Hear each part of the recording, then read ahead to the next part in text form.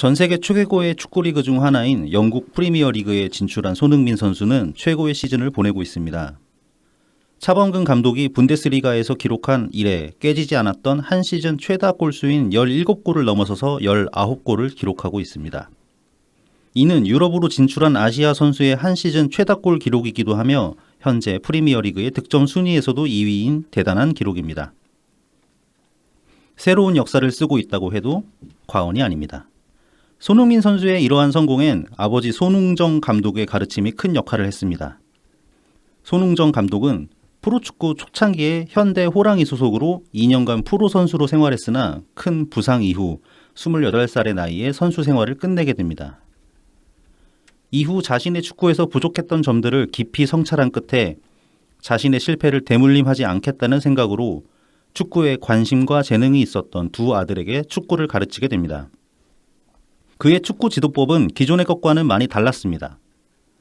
손흥민 선수는 16세가 될 때까지 어떤 축구팀에도 소속된 적 없이 아버지의 지도 아래 철저히 개인기만 연마했습니다.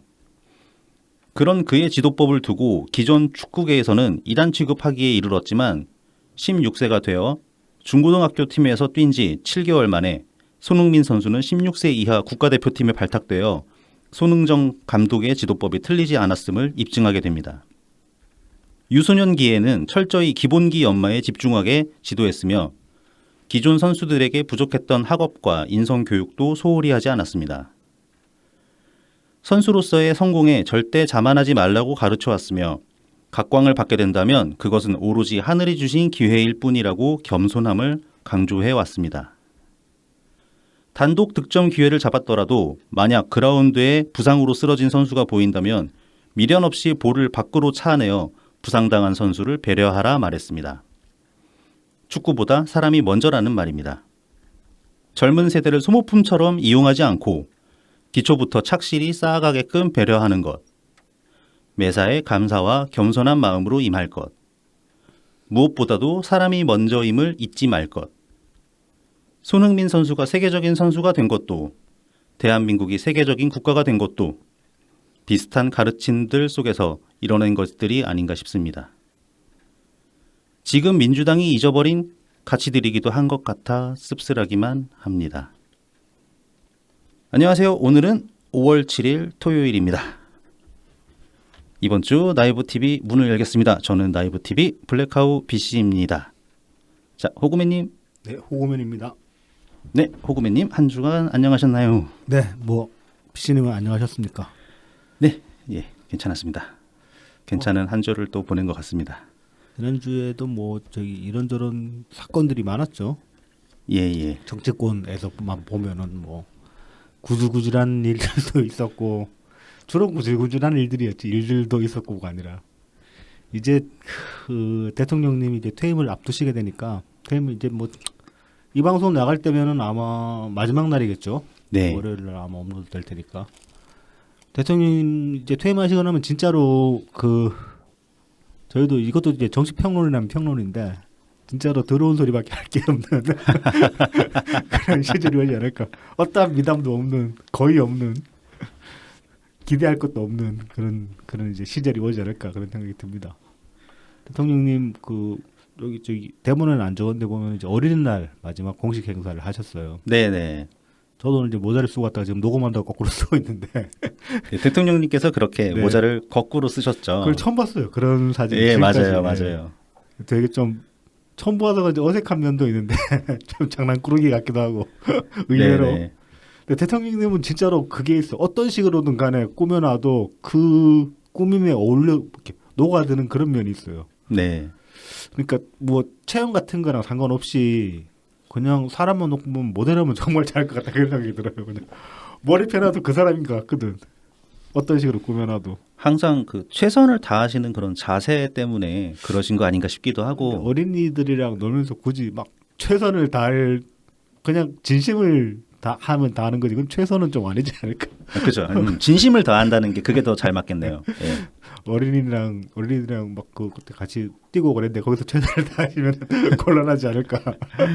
이게 그 코로나 때문에 2021년 뭐 2020년부터 작년까지 그렇죠. 네. 두 해는 이제 그냥 지나갔고. 네, 원격으로 했죠. 근데 이제 원격으로 하면서 작년에 올해 지금 초청된 어린이들이 속초 초등학교였나 어디 그쪽으로 알고 있는데 네. 작년에 원격으로 이제 그 학생들이랑 그 어린이날 만남을 가지시면서 올해는 그러니까 코로나 풀리면 꼭 초청하겠다 그렇게 약속을 하셨고 그 약속을 이제 올해 마지막 해에 지키신 거죠 말하자면은. 그래서 멀리서 이제 와야 되니까 그 학생들은 5월 4일 날 이제 실제로는 올라와서 하루 서울에서 이제 숙박할 수 있게 그까지 다 배려를 해주셨다고 해요. 네. 그래서 마지막 날 그 어린이날 그때 이제 찍은 사진들 보니까 참 표정도 좋으시고 근래 그런 표정 보기 힘들었잖아요 사실. 네, 그렇죠. 네. 네. 그래서 좀 기분이 좋았습니다. 아무튼 그거 보면서. 근데 김 여사님은 최선을 다하시는 것 같아. 네?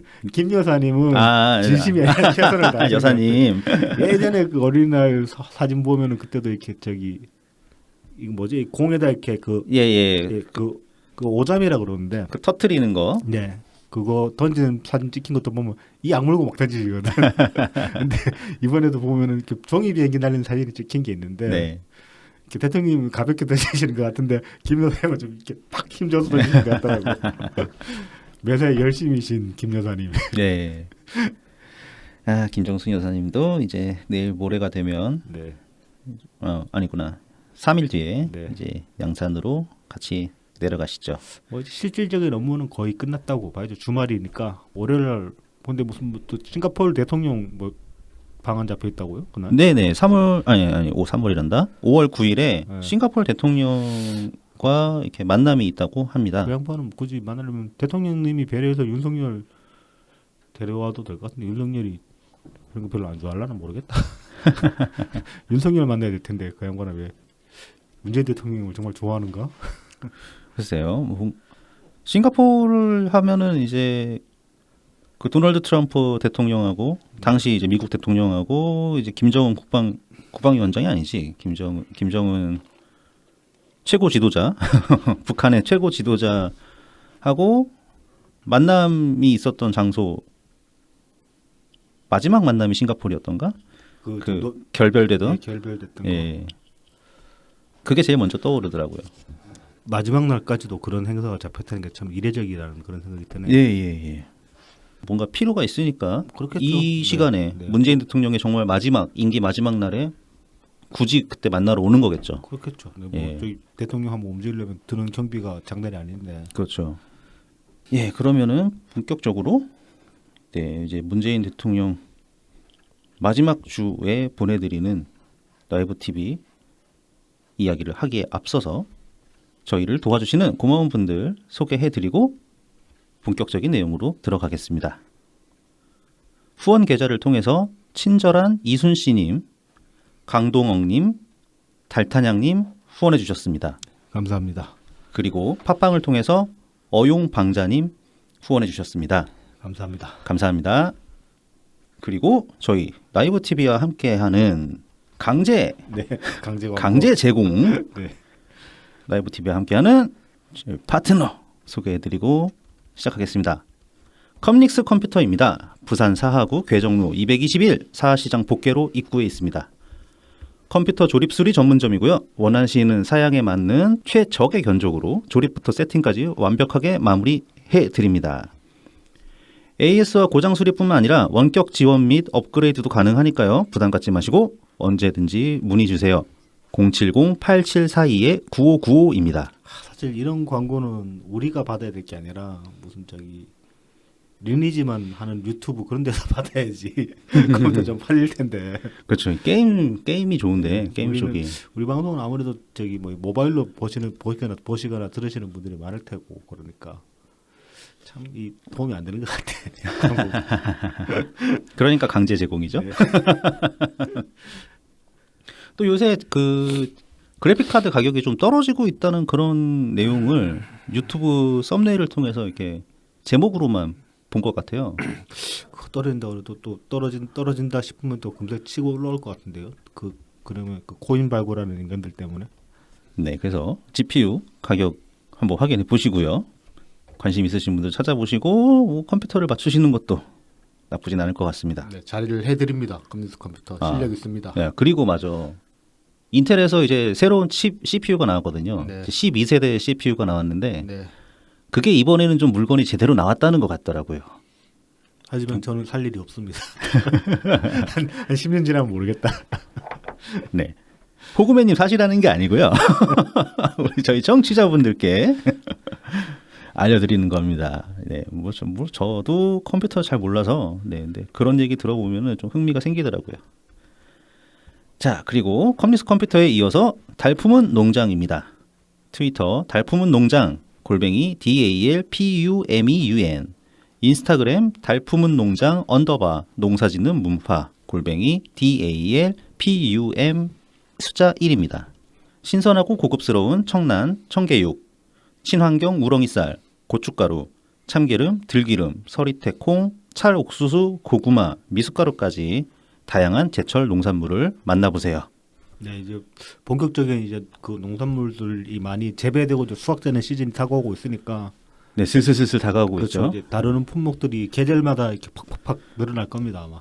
네, 뭐 이제 미숫가루 철도 오고 하니까 그렇죠, 그렇죠. 뭐 생각하셔가지고 주문해 보시는 것도 괜찮을 것 같습니다. 저희가 발 빠르게 알려드리겠습니다. 네.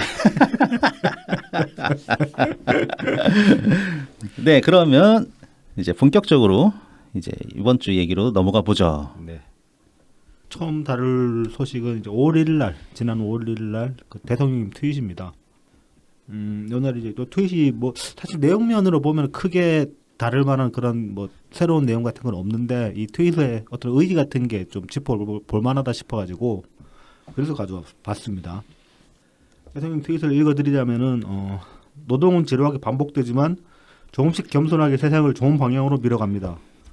우리가 노동을 존중할 때 노동은 행복이 되고 노동의 결과물에서 땀방울의 고귀함을 느낄 때 노동은 자긍심이 될 것입니다. 정부는 지난 5년 노동 기본권 보장에 온 힘을 기울였습니다.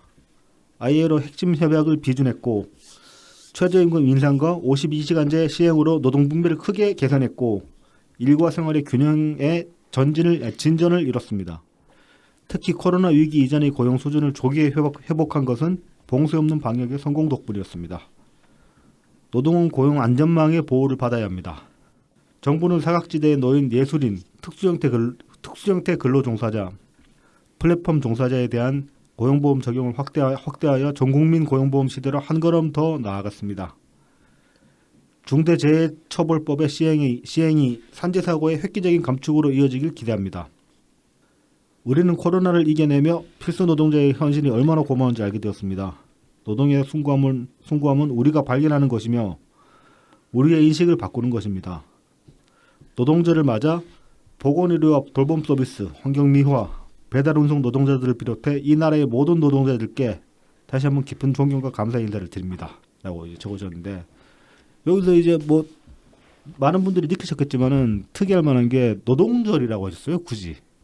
이게 근데 아직까지도 법정 용어는 근로자의 날입니다.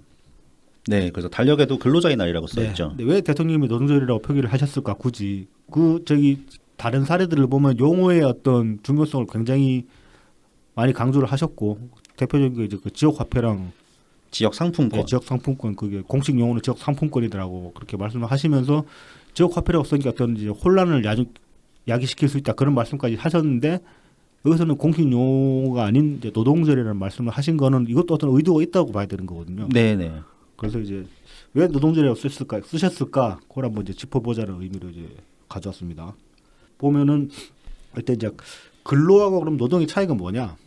사전적 의미로 따져보면은 근로는 부지런히 일함. 뭐 근면성실할 때 그 글이잖아요. 그다음에 네. 노동할 때 그러니까 부지런히 일한다는 소리고. 노동은 이제 사람이 생활에 필요한 물자를 얻기 위해 육체적 노력이나 정신적 노력을 들이는 행위.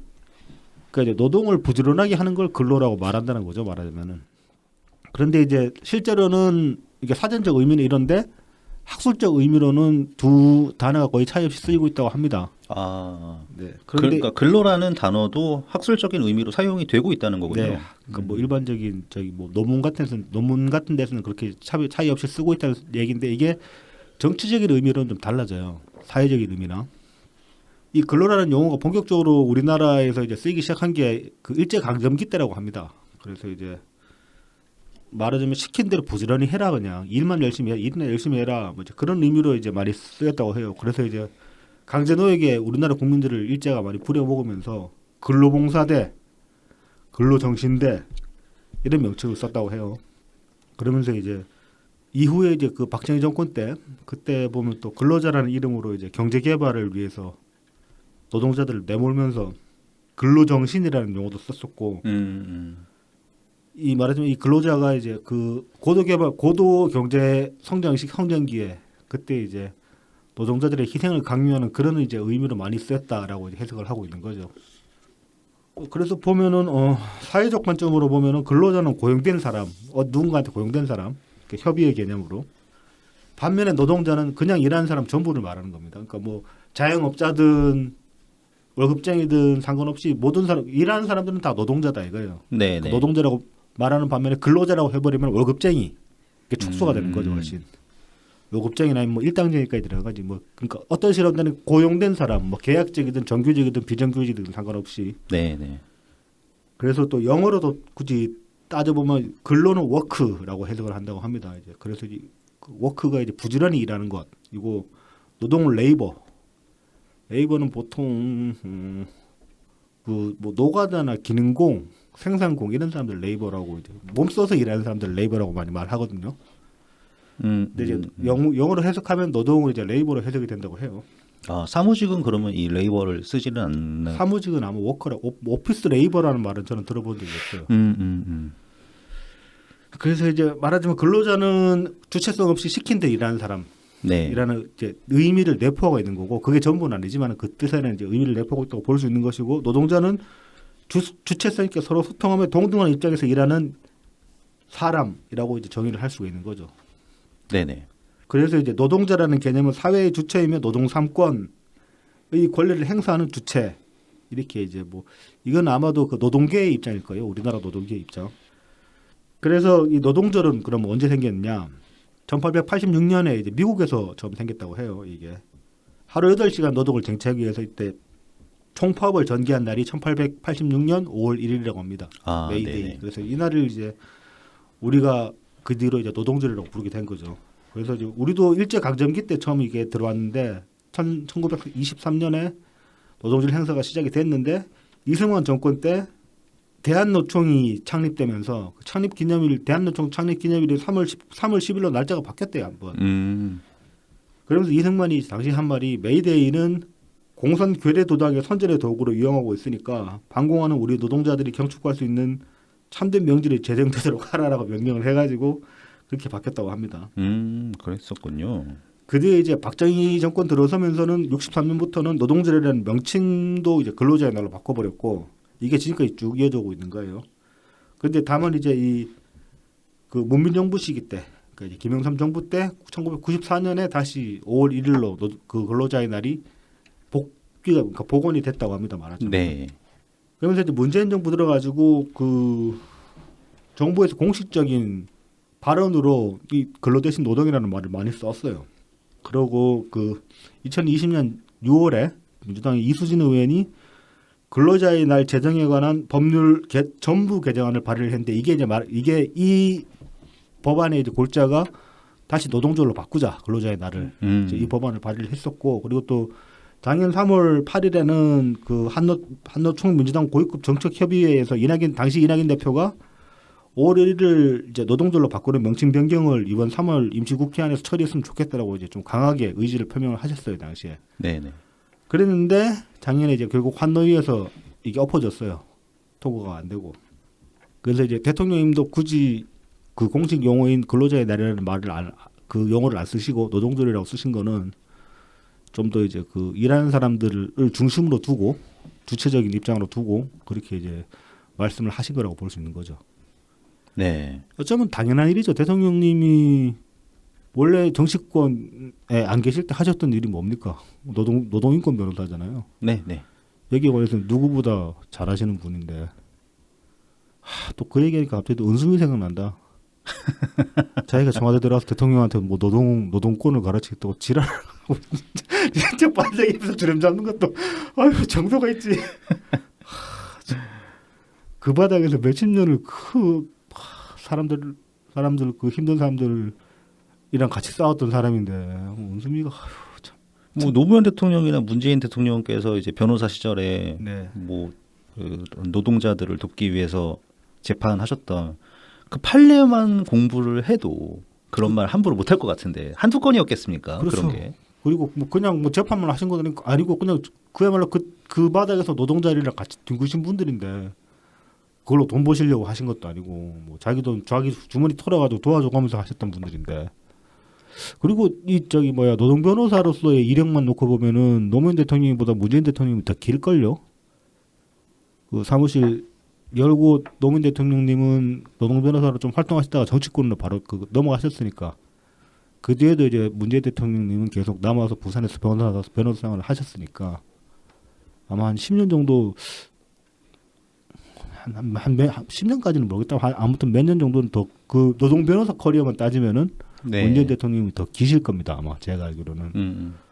그런 양반을 지가 무슨 노동을 가르친다고 어이가 없어가지고 차라리 뭐 은수미가 한 20대 그래가지고 요즘 젊은 사람들의 어떤 그 노동 실상을 알려주겠다 뭐 그런 취지라면 또 모르겠다. 그러면 또 이해할 구석이 있을 수도 있는데 그것도 아니고 뭐 그 운전기사한테 뭐 그냥 뭐 기부 받는다는 걸로 뭐 기사로 막 쓰고 그러니까 기본 개념도 없으면서 그러다가 코나 끼는 주제에 말이야. 아유.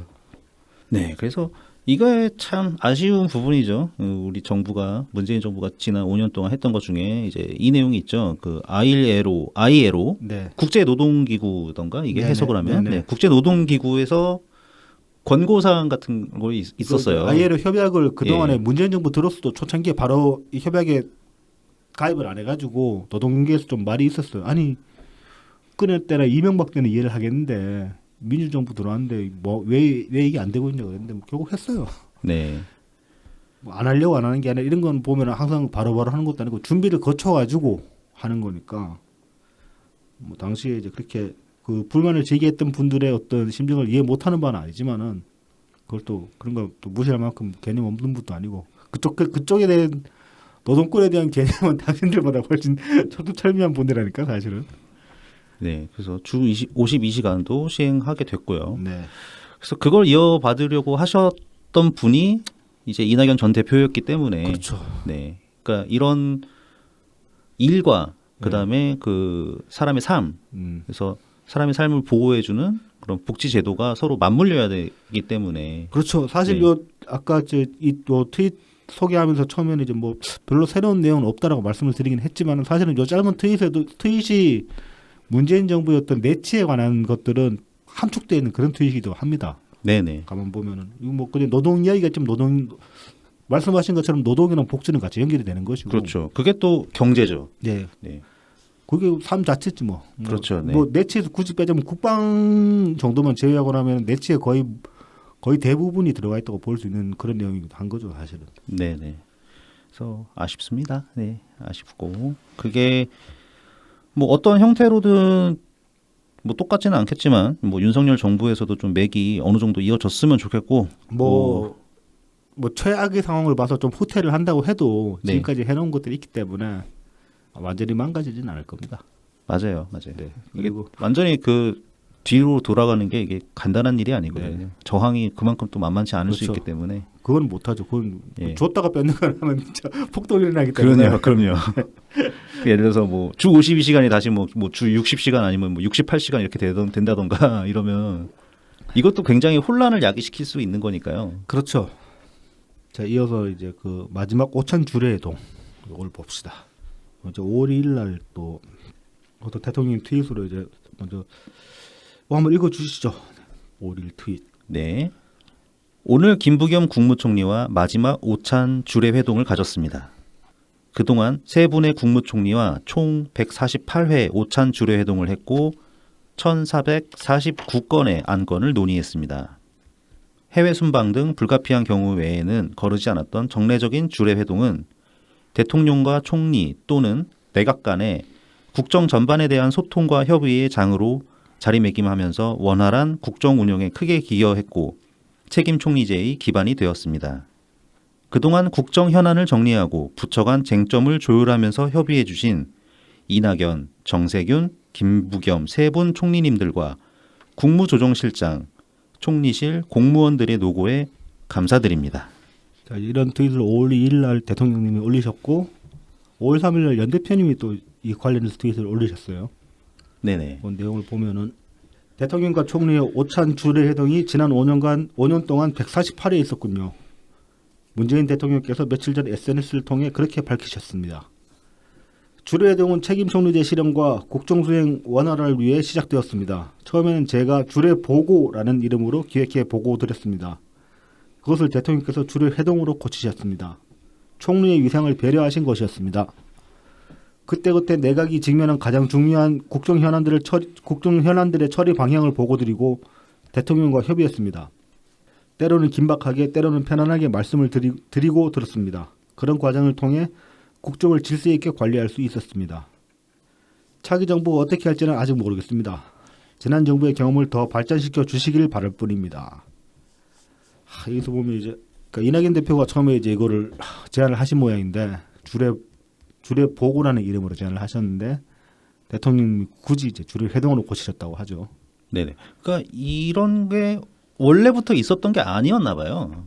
뭐 참여정부 때는 비슷하게 있었을지도 모르겠는데 어땠는지 모르겠지만 그러니까 이제 총리가 대통령께 어떤 국정 수행 상황이라던가 그런 것들을 올려드리면서 대통령과 같이 협의해 나가는 네네. 그런 자리가 이제 이낙연 전 총리 때 처음 이제 네네. 생긴 거라 그렇게 볼 수도 있겠죠. 네. 이때 이게 월요일 아침인가 뭐 그랬던 걸로 저는 기억을 합니다. 요 주례 회동 자체가. 네네.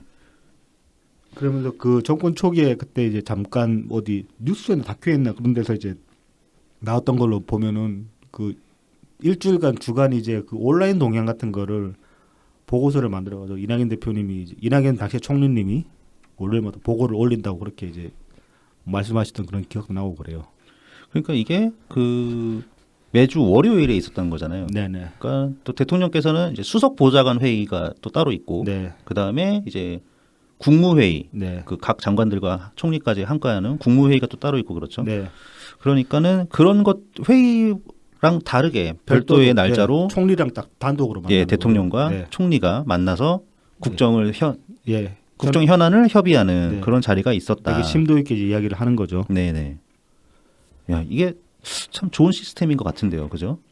그러니까 애초에 문재인 대통령님이 구상하신 국정의 어떤 그 틀이 그런 거잖아요. 대통령은 좀 더 외치에 집중하고 믿고 맡길 수 있는 사람에게 내치를 맡겨가지고 내치는 이제 안정시키고 그런 식으로 그렇게 하는 그 체계를 처음부터 구상을 해오셨을 거고 그게 이제 이낙연 총리를 통해서 이제 실현이 됐던 거죠, 말하자면은. 네네. 게다가 이거는 뭐 어떤 뭐 법률적으로 이렇게 강요된 것도 아니고 두 훌륭한 정치 리더가 두 사람이 이제 서로 그냥 자연스럽게 유기적으로 연결되는 그런 거였죠. 그래서 뭐 국회에서는 뭐 이원 집정부제 이런 식으로 얘기를 네네. 하잖아요. 네. 그러니까 아예 이렇게 법률로 이렇게 정해서 네. 내치를 총리가 하고, 그러니까 이 총리는 또 국회에서 승인을 하지 않으면은 네. 총리직을 시작할 수가 없으니까. 네. 그러니까 국내 일은 거의 뭐 국회가 알아서 하겠다. 약간 이런 뉘앙스도 좀 있고, 뭐 아니면 대통령으로부터 그거를 뺏겠다. 네. 뭐 이런 느낌도 좀 있죠. 그렇죠. 예, 그놈의 그 제왕적 대통령제. 참 이거 참 꿈 같은 시간이죠. 시간이었죠. 이때가 생각해 보면은 그러니까 이낙연 대표님이 총리였던 시절. 네, 그 대통령님이 순수하게 대통령의 의지로 총리직에 오른 사람은 이낙연 대표님밖에 없지 않습니까? 우리가 생각하기에는 네, 네, 네, 그렇죠. 뭐 정세균이나 사실 정세균 이 양반은 진짜 저는 좀 염치도 없고 사람이 왜 이렇게 탐욕스러운 거 싶어요. 사실 국회의원이 국회의장까지 가면 그걸로 정치 커리어는 끝내야 되거든요. 정점까지 가봤기 때문에 실제로 네. 그 저기 의전 서열로 따져도 국회의장이 거의 한 3위쯤 가나 그런 걸로 저는 아는데 2, 3위 정도로 가는 걸로 아는데 아마 이제 그 입법부의 위상 때문에 2위일 겁니다. 뭐 아무튼 네. 아무튼 되게 센데 거기까지 정점을 찍어 본 사람인데 굳이 또 뭐 총리를 하고 또 뭐 대통령 선거까지 출마 뭐 경선까지 나오고 그런 거 보면은 참 좀 안 그랬으면 싶은데 안 그랬으면 싶은 사람이 너무 높은 자리까지 갔다 그런 생각이 들어요. 근데 뭐 김구겸 총리는 뭐 여러모로 좀 이렇게 마음에 안 드는 부분이 있긴 했지만은 지금 와서 보니까 이제 총리직 끝으로 정계 은퇴하는 것처럼 그렇게 인터뷰를 하셨더라고 얼마 전에. 네네. 그래서 뭐 그 점에서 보면 그래도 그동안 애쓰셨다 뭐 그렇게 말씀드리고 싶고. 뭐 근데 이제 김부겸 총리 같은 경우는 그래도 뭐 아직 나이가 그렇게 막 은퇴할 할 정도로 나이가 많은 건 아니기 때문에 근데 모르겠어요. 문재인 대통령이랑 일하면서 질을 다 빼가지고 이제 못 해먹겠다 그렇게 될 줄도 몰라. 좀 쉬면서 회복하면 되죠. 뭐 제가 뭐 등점이라서 뭐 김부겸 총리를 정계로 다시 뭐 끌어당기고 싶은 마음은 추호도 없지만 회복 못할 수준으로 빡세게 일했을지 어떻게 알겠어. 네, 뭐 그거 나쁘지 않죠. 네. 하얗게 불태웠어. 뭐 이런 거. 그렇죠. 네, 그래서 국정의 무거움을 막 네. 뼈저리게 느껴서 그러니까 그런 면에서 보면은 좀 말이 안 되는 소리긴 한데 네. 이재명 될 때가 연락이 빡세게 한 1년만 굴렸으면은 어땠을까라는 생각이 갑자기 드네. 대통령님이 이제 이재명을 데려와가지고 그분은 이제 그러니까는 그런 상황에 놓이면은 네. 폭주하시는 거죠. 이게 위험해지는 겁니다. 폭주할 때마다 불러다 조인트 까야지 이 새끼가 그러면서 아 그렇게 할 수 있으면 뭐 좋죠. 그렇게 할 수만 있으면 좋죠. 한 1년만 바짝 굴려가지고 정치하고 싶은 생각 아예 안 들게. 아니 근데 만인 지상의 자리에 놓인 사람을 조인트 까기가 어디 쉽겠습니까? 그 시험피 때문에 대통령한테 안 돼. 이재명 피지컬이 안 돼. 네, 그래서 참 문재인 정부에서는 이렇게 어떤 이상적인 법률로 꼭 규정되지 않아도 자연스러운 국정 수행이 원활하게 이루어질 수 있다는 거를 그렇죠. 보여준 거죠. 네. 네. 그리고 어떤 이런 그 흐름에 있어서 이제 뭐 아까 호구맨님 말씀하신 대로 이제 마음에 안 드는 부분도 많이 있었지만 정세균이나 김부겸 총리 시절에서도 그렇죠. 네 그래도 지난 정부랑 관계가 지난 정부랑 대통령과 달랐죠. 총리의 관계가 굉장히 원활하게 네. 잘 이루어졌다. 확실하게 그 권한을 주고 네네. 이제 뭐 책임을 이제 책임도 그만큼 지게 그렇게 이제 딱 권한을 준 면이 있죠 대통령님. 네네. 간섭 안 하시고 별로. 그래서 뭐 맨날 그 정치권에서 특히 이제 국회죠. 국회에서 뭐 권력구조 개편 이렇게 마치 인기 영합하는 식으로 얘기를 하는데 민주당에서는 적어도 그런 얘기를 쉽게 하지 말고 이런 좋은 사례를 시스템화로 정착시키는 거를 잘 고민했으면 저는 좋겠습니다. 뭐 굳이 시스템으로 정착을 안 시키더라도 이렇게라도 말할 수 있는 게 아니라 적어도 민주당 대통령은 제왕적 대통령 짓 안 했다. 권력을 확실하게 나눴고 그래서 체계적으로 국가가 운영될 수 있게끔 그렇게 노력을 해왔다. 그렇게라도 어필을 할 수가 있는데 이것들은 지들이 앞장서가지고 제왕적 대통령도 소리하면서 내각제 하려고 계속 틈만 나면은 드릉드릉 시동거려 대니까. 그러니까 맞아요. 웃긴 놈들이죠. 뭐 그거는 하여튼 거기에 있어서는 민주당 국민의힘 차이가 전혀 없어요. 그리고 그놈의 제왕적 말할 것 같으면 지금 민주당 역사상 최고의 제왕은 이재명 아니야? 그렇죠. 어? 무슨 지들이 제왕 모시고 있으면서 남들이 뽑은 대통령 보고 제왕이래. 웃긴 놈들이지 진짜로. 나는 그러니까 지금 처음 보는 거 아닙니까? 상임 고문직 같은 거 달면은 사실 약간 농담 삼아서 얘기하자면 뒷방 늙은이 되는 거거든요. 그렇죠. 그좀 예. 쉬고 있으라 그 얘기지 뭐. 예, 그냥 이제 명예직으로. 그렇죠. 예. 이제 우리 당의 어른이다. 이런 식으로 이제 그냥 모셔놓는 건데 이거는 뭐 비대위원장 앉혀 뭐 툭하면 그 당 지도부에 전화해. 그러니까요. 이런 상임 고문 처음 봅니다. 처음 봐. 아이고. 자 그러면 이제 약 한 달 안 남았죠. 네, 한 달도 한 3주 남았는데요. 이제 지방선거 이야기 쪽으로 넘어가겠습니다. 이제 아까 연 대표님 트윗 소개시켜드린 김에 이제 연 대표님 소식 짤막하게 하나 이제 말씀드리자면은 여기 이제 4월 30일 강원도민일보 기사입니다. 이낙연 전 총리 대선 때 도움 갚아나가겠다. 지방선거 지원 의지 이런 제목의 기사인데 4월 30일 춘천 석사동에 위치한 이종구 춘천 4번 4선거구 예비후보 개소식에 이낙연 대표님이 참석을 하셨다고 합니다. 그래서 이제 하신 말씀이 대선 때 제가 많은 도움을 받았다. 그 도움의 100분의 1이라도 갚아야겠다는 생각이 들어왔다. 일정이 닿는 대로 지역에 계시는 출마자들의 개소식 등에 참석하고 있다라고 이제 말씀을 하셨어요. 그러면서 이제 뭐 그 지선 이후에 다음 계획 아직까지 뭐 그 이후에 계획은 없고 다만 그 이제 현재로서는 미국 유학을 준비 중이다. 이제 저번에 뭐 한동안 계속 돌았던 얘기죠. 지선 네네네. 끝나고 나면 미국 가실 거라고 이제 그 말씀을 하시니까. 원래는 이제 지선 전에 출국을 하시기로 거의 계획이 잡혀 있었었는데 이게 좀 미뤄졌어요. 뭐 여기에 관해서는 이제 좀 여러 가지 썰이 있습니다. 예, 썰이 있는데 어쨌든 이게 연기가 됐고 그래서 지방선거를 완전히 마치시고 나서 그 다음에 아마 미국으로 가실 것 같습니다. 네. 그래서 뭐 보면은 개소식 그날 이제 요 선거 개소식에서 이광재 지원 연설도 짤막하게 하셨다고 해요. 뭐 그리고 또 이제 뭐 허영 의원, 이종주 예비후보, 신용봉 정의평화포럼 대표, 춘천시장 예비후보 등과 오찬도 가지셨다고 합니다. 그래서 보면은 뭐 한동안 이제 그런 얘기가 있었죠. 이낙연 대표 서울시장 출마설 이게 이제 당 내부에서 추대해야 된다 그런 얘기가 이제 나온다고 한동안 기사가 돌았습니다. 근데 실제로 이게 이제 연 대표님하고도 상당히 이야기가 오갔다는 그런 썰들이 있었고 그랬는데 이거 관련해서 이제 김찬식 씨가 이제 페이스북에 올린 거를 보면 이런 내용이 있어요. 처음에 이제 송영길이랑 이재명이 그 이제 자기들끼리 이제 협약을 맺은 게 송영길이 이제 계양구 내주고 자기는 서울시장 가겠다 그렇게 이제 이재명이랑 말을 맞추고 이제 송영길이 서울시장 출마를 했는데 공관위에서 이제 송영길 컷오프하겠다 그런 얘기 한번 나왔었잖아요. 네네. 컷오프하고 그때 이제 이길 사람 올려야 된다고 그래서 이제 이낙연 연 대표님 이제 그 뭐 서울시장 후보로 전략 공천하겠다 그런 식으로 얘기가 나오니까 그때 이재명이 공관위에 이제 전화를 걸어가지고 연 대표님 출마를 막고 그 송영길을 부활을 시켰다고 해요. 그게 이제 좀 앞선 시기부터도 이제 좀 흘러나오는 얘기에 의하면 기사화도 됐는데 네. 이제 이재명 측에서 측인지 이재명인지 네. 그 서울시장 서울은 뭐 송영길, 네. 경기는 김동연 네. 뭐, 그 얘기 계속 있었죠. 예, 네. 그런 얘기가 근데 계속 실제로 근데 이제 이재명이 영향력을 행사했다 뭐 그런 식의 이제 이야기들이 좀 그 밀도 있게 나오고 있는 그런 상황인 거죠. 네.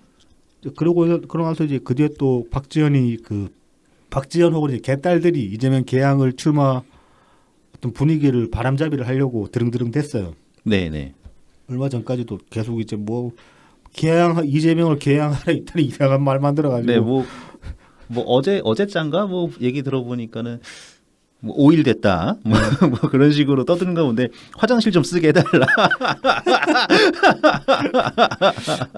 그거는 칭찬해. 민주당 그 저기 문지기 분이 그러시는 건지 누가 그 화장실 못 가게 막고 있는지 모르겠는데 그래 우리도 못 가는데 걔들도 못 가게 해야지 맞는 거지. 예, 일관성이나마 네. 있어야죠. 일관성이나마. 그래서 그 점은 칭찬합니다. 네. 그래 민주당 화장실 그래 뭐 아무나 못 쓰는구나. 당원도 못 쓰는구나 그냥.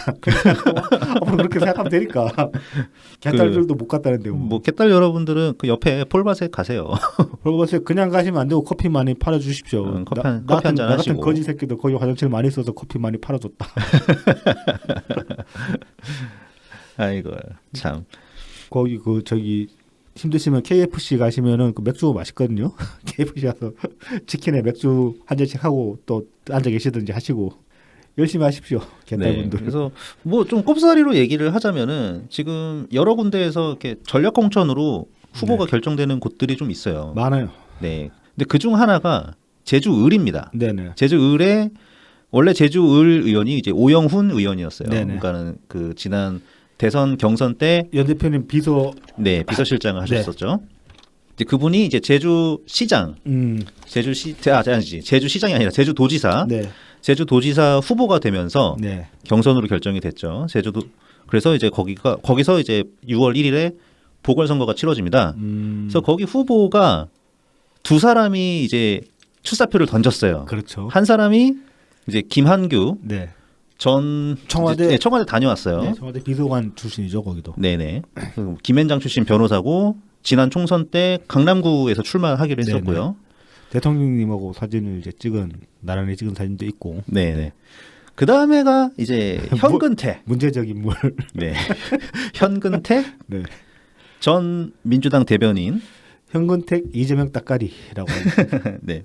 그러니까 당 부대변인 했었고, 뭐 그다음에 이제 캠프 대변인 했었고, 뭐 이재명 캠프. 방송인 현근택 씨 해줍시다 그냥. 네. 방송 자주 나오고 네. 뭐 대선 끝나고 뭐 털렸다 그러고. 그 대선 내내 그 대단한 소리 했는데 네 같으면 쓰겠냐고. 그 이재명 실드 친다고 본 스스로 생각해도 말 안 되는 소리를 얼마나 많이 했을 텐데. 하여튼 그래서 이제 예비 후보가 2명이 딱 됐는데 네. 당에서 거기를 전략공천으로 김한규 그러니까요. 예비 후보를 되게 그냥 의외였어요. 그거는. 그래서 저는 이제 개인적으로 네. 이것이 바람직하지는 않은 거 아니냐. 전략으로 한 게 네네. 그냥 경선을 붙였어야 했다. 그냥 경선 붙이면 깔끔하지 않습니까? 사실 뭐 김한규도 원래 강남 출마했었고, 그렇죠. 고향은 이제 제주니까 아마 이제 출사표를 던졌겠지만, 그렇죠. 뭐 특별히 거기서 이제 밑작업 밭을 읽어본 게 없지 않겠습니까? 뭐 현근택도 마찬가지고. 누구든 이제 경선 끝나면 이제 오영훈 의원 그 조직을 그대로 이제 승계받아 가지고 선거 치르겠다. 그런 이제 계산을 섰겠죠. 네네.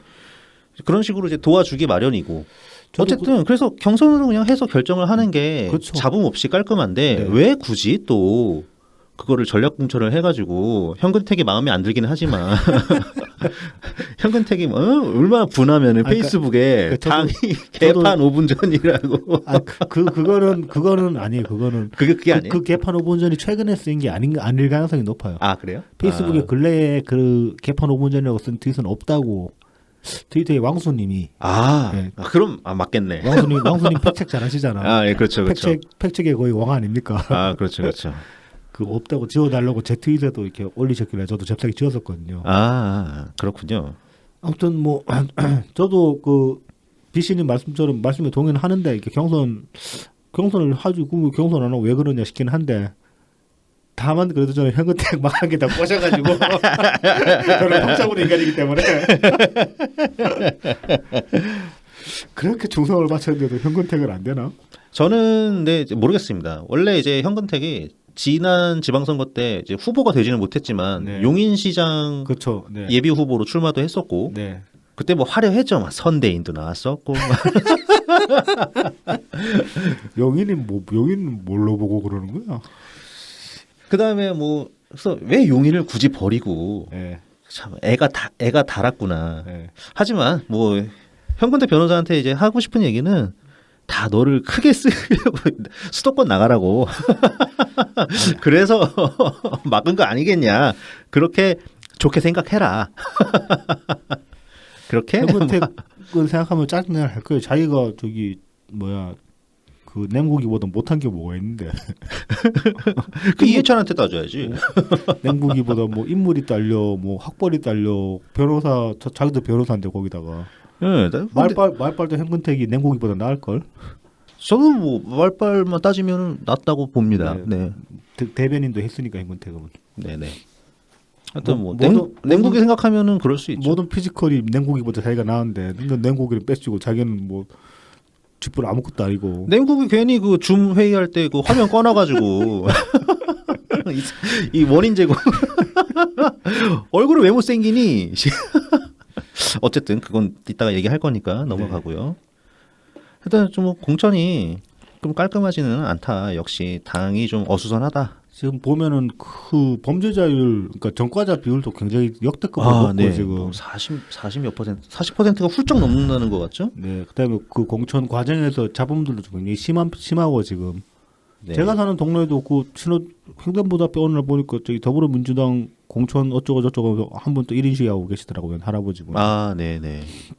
뭐 그런 잡음들도 많이 보이는 것 같고 전반적으로 당이 개판이에요. 뭐 개판인데 저는 유쾌합니다. 망해야 되기 때문에. 근데 뭐 감정을 떠나서 뭐 알아서 가고 있습니다. 네. 네, 알아서 잘 가고 있고요. 네, 그냥 그렇게만 해 보십시오. 끝이 어떻게 되는지.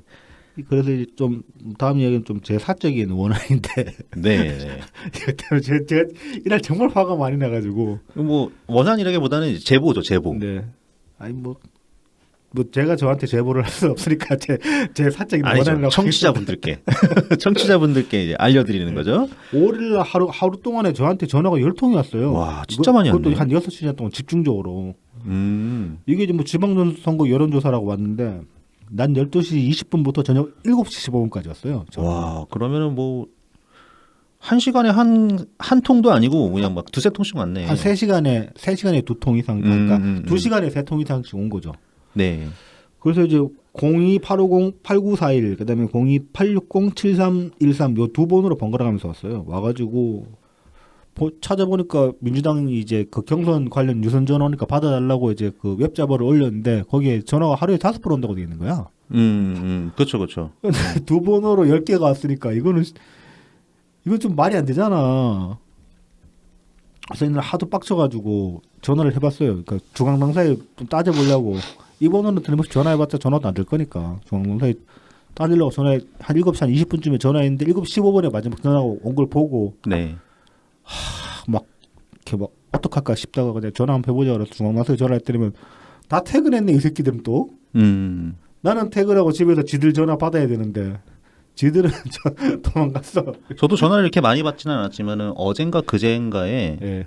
전화를 연속으로 2번이 와가지고 네. 두 번째 받았어요. 네. 받을 수가 있는 환경이 돼서 그 저희 지역구 성남 시의원 경선에 관련된 전화더라고요. 네. 그래서 권리당원 투표하라고 네.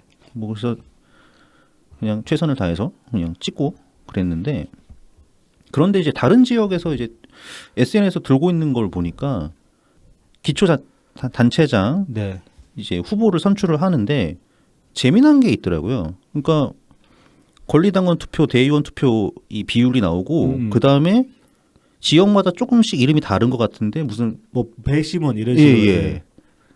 근데 대의원에서도 앞서고 권리당원에서도 앞섰는데 이 배심원이라는 그 거기서 몇 명도 안 되는데. 네, 몇 명 되지도 않는데 거기서 뒤집었다고 거기서 앞선 사람이 후보가 되더라고요. 네, 저도 봤습니다. 그거. 이게 배심원이라는 건 지난 2018년 그 지방선거 때 없었던 거거든요. 네. 그러니까 지방선거 때는 철저하게 대의원, 권리당원 그리고 국민 여론조사, 네. 그 국민 여론조사에 일반 당원 포함 네. 이렇게 결정이 됐었는데 갑자기 생소하게 배심원, 현장 배심원이라는 게 이게 생겼어요.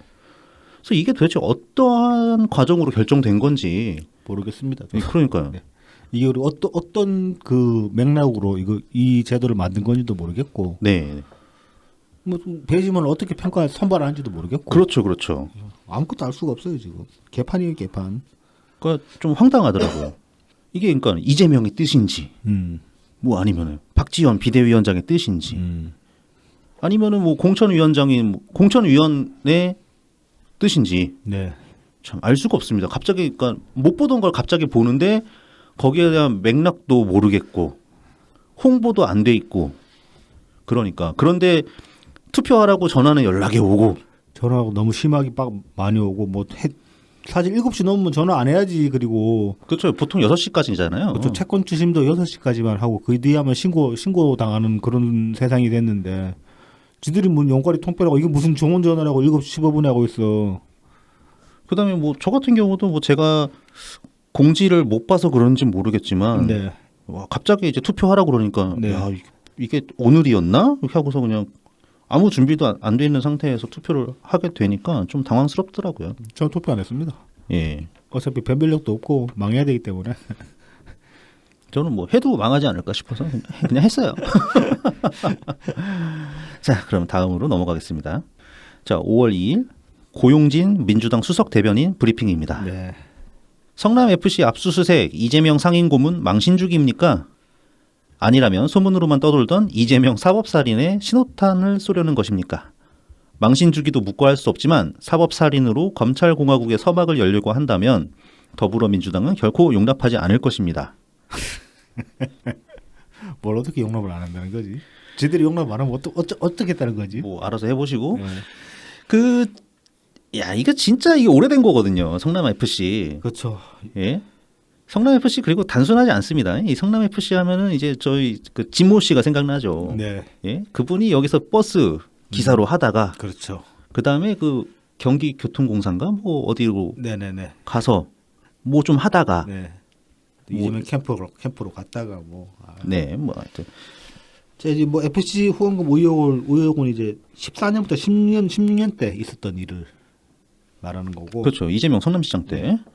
이게 이제 당시에 그 성남에 있던 두산이랑 네이버 등으로부터 160억 원 정도의 후원금을 성남 FC에 전달하는 명의를 성남 FC에 전달하는 그 명분으로 후원금을 120억 정도 던졌고 그쪽 기업에서 당시 이제 성남시청이 그래서 이제 그 후원한 회사들의 편의를 좀 봐주지 않았냐 이제 그런 의혹입니다. 네, 그래서 땅 용도 변경도 걸려 있었고, 네, 막 그랬죠. 용도명이 컸죠. 예, 그 두산이죠, 두산. 네.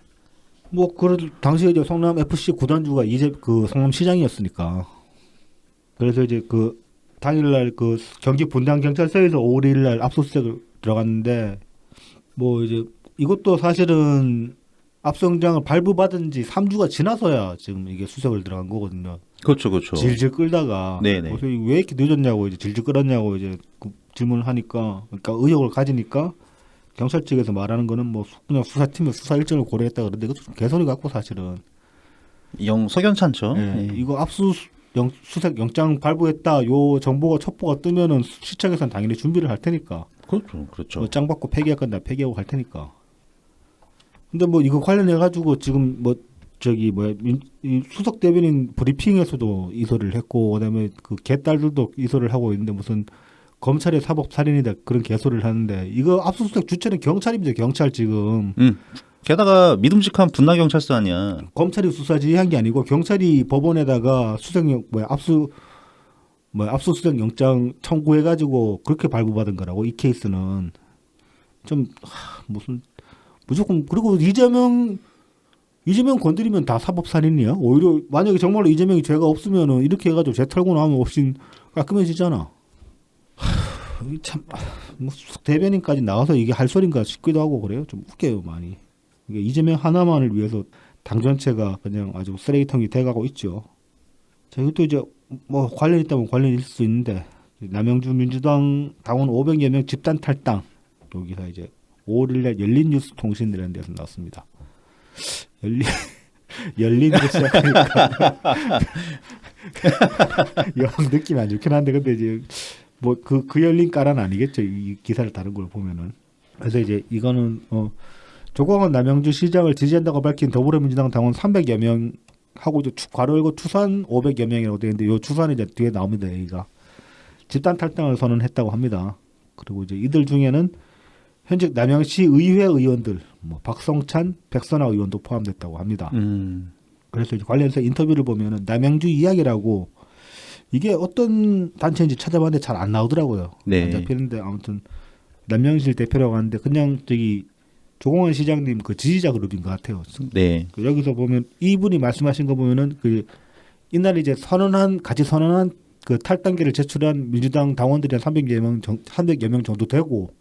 여기에 참석하지는 않지만 개인적으로 탈당 의사를 밝힌 그 당원 숫자가 자기가 그 어느 정도 그 확실하게 추산하지는 않았지만은 그냥 어림짐작으로 한 200여 명 정도 되기 때문에 실제로는 500명 넘게 이제 탈당한 걸로 추산된다라고 이제 이렇게 얘기를 하신 겁니다. 네. 참 조광훈 시장 근데 이분들 그 움직임을 보면은 4월 한 21일, 22일까지만 해도 조광훈 시장님이 이제 이번 지선에 이제 출마하시면서 어떻게 이제 싸울 것인가 뭐 공약 같은 거 만들고 슬로건 같은 거 자기들끼리 이제 의논하고 그랬던 흔적들이 보이거든요 온라인상에. 그런데 이제 뭐 그렇게 있다가 한 일주일 뒤에 이제 이렇게 집단 탈당을 하게 된 건데 여러분 뭐 조광훈 시장님이 민주당직을 버리게 된 그런 어떤 그 뭐 뭔가 트리거가 된 뭔가가 있었던 것 같아요 보니까. 네. 한 일주일 사이에. 그게 뭔지는 잘은 모르겠지만 뭐 저기 아마 김변님은 잘 아시겠지. 조광원 시장님이랑 지금 같이 일을 하고 계시니까. 참 근데 조광원 시장 탄압받은 것도 다 이재명이 한 짓이잖아요. 그리고 사실 조광원 시장님 감옥에 집어넣을 수준으로 할 것 같으면 이재명은 지금 뭐 저기 감옥 들어가고도 한참 들어가고도 남았지. 이미 들어가서 조사를 받아야죠. 네. 네. 자 이어서 이제 4월 29일 날 좀 이상한 법이 하나가 발의가 됐어요. 이게 이제 SNS에서 올라와가지고 저도 지금 이제 기간 끝났겠다. 그 입법 예고를 올리고 나면은 일주일 동안 그 국회 입법 예고 게시판에서 그 입법 예고안이 이제 게시가 되고 거기에 이제 찬반을 달 수가 있는데 반대가 1,000명이 넘어가면 이게 뭐 1,000명이 넘어가면 기각된다 그랬나 아무튼 그래가지고 좀 네. 반대글 올리고 했었는데 이게 이제 SNS에서 나돌기로는 커뮤니티 폐쇄법이다 그렇게 이제 많이 타이틀이 붙었는데 실제로 법률안 그 명칭은 정보통신망 이용 촉진 및 정보보호 등에 관한 법률 일부 개정안입니다. 그래서 이제 네. 이게 좀 초반에 기사가 좀 말하자면 오보로 나간 게 있는데 이게 김민석이 대표 발의했다고 그렇게 이제 기사가 많이 나오는데 요날 언론 이 정보통신망 이용 촉진 및 정보보호 등에 관한 법률 일부 개정안으로 올라온 게 두 개예요. 아, 네네. 두 개 중에 하나가 김민석이 대표 발의한 게 맞는데 문제가 되는 커뮤니티 이 폐쇄법이라고 불리는 요 법안은 김민석 대표 발의가 아니에요. 그래서 이제 민주당 의원 10명이 발의를 했고 대표 발의자가 이상헌, 그다음에 이제 발의자들 쭉 보면은 김종민, 김태년, 송기현, 신동근, 양정숙, 유정주, 이성만, 이모경, 전용기 이렇게 10명. 이렇게 10명이 발의를 한 겁니다. 그래서 이 내용은 뭐냐면 뭐 간략하게 소개를 하자면은 뭐 커뮤니티나 이제 정보통신망을 통해서 유통되는 정보로 인해 가지고 사생활 침해나 명예훼손 등의 이제 그 개인의 권리가 침해되는 경우에 그 피해자가 요청할 경우에 뭐 대통령령 등으로 커뮤니티나 정보통신망을 이제 폐쇄시킬 수 있다. 이런 내용을 골자라는 법률입니다. 그래서 이제 어떻게 보면은 일반적으로 보면은 좀 주로 데이트 폭력, 그러니까 소위 말하는 몰카 그런 걸로 이제 막 유출돼가지고 피해받는 고통받는 분들이 있으니까 그런 분들을 보호하는 취지로 볼 수도 있는데 그 취지가 어떤 해석하기에 따라서 위장으로 볼 수도 있는 거죠. 왜냐하면은 지금 우리가 생각할 수 있는 이 법을 악용하게 될 가장 대표적인 사례가 이재명이기 때문에 무엇보다도 딱 나오잖아요. 머릿속에 그려지잖아요. 지금까지 또 계속 그러려고 시도해 왔고 어떤 식으로든 간에 반대자들 뭐 한두 명 고소를 했으니까. 그러니까 이 전제 조건이 이거예요. 그러니까 일정한 기간 동안 유통되는 정보 중에서 특정인의 권리를 침해하거나 그러니까 특정인의 권리를 침해하는 정보가 다수 이미 명백하다고 그렇죠. 판단되는 경우에 그러니까 그 게시판이 뭐 누구 까기 위해서 만든 누군가의 뭐 사생활을 폭로하기 위해서 만든 게시판이다. 뭐 그런 식으로 이제 확실하게 그러니까 요 규정이 좀 애매하긴 해요. 이걸 어떤 식으로 판단을 할 거냐. 그렇죠. 그런 문제가 남으니까. 네. 그래서 그 피해자가 해당 정보통신 서비스 또는 게시판의 운영 중지 등 대통령령으로 정하는 조치를 요청할 수 있도록 해서 피해자를 더욱 두텁게 보호하려는 취지라는 것이다. 네. 그러니까 지금까지는 그 게시글들 하나하나 삭제 요청을 할 수 있었는데 게시판 자체를 폐쇄하는 거 그거는 안 됐거든요. 그러니까 그런 점에서 보면 뭐 의미가 없진 않은데 이재명이 해온 짓들이 있기 때문에 이거를 악용하려면 충분히 악용할 수 있다라고 생각할 수 있는 거죠. 그러니까 이것도 역시나 이제 충분한 논의가 필요한 사항이 아닌가 이렇게 생각이 드는데요. 일단 그 범위가 명확하지 않다는 거. 그렇죠. 네. 그러니까 이게 특정인의 권리를 침해하는 정보가 다수다. 이거를 어떻게 이제 범위를 잡을 것인가. 그렇죠. 네, 이런 것들이 있겠고요. 그 다음에 그러면은 운영 중지를 요청하는 게 대통령령으로 정하는 조치란 말이죠. 그러니까 오히려 이거는 뭔가 좀 애매하게 피해가려는 느낌이 있어요. 그러니까는 대통령이 누구냐에 따라서 뭐 그럴 수도 있죠. 왔다 갔다 할 수 있는 거죠. 실질적인 조치가.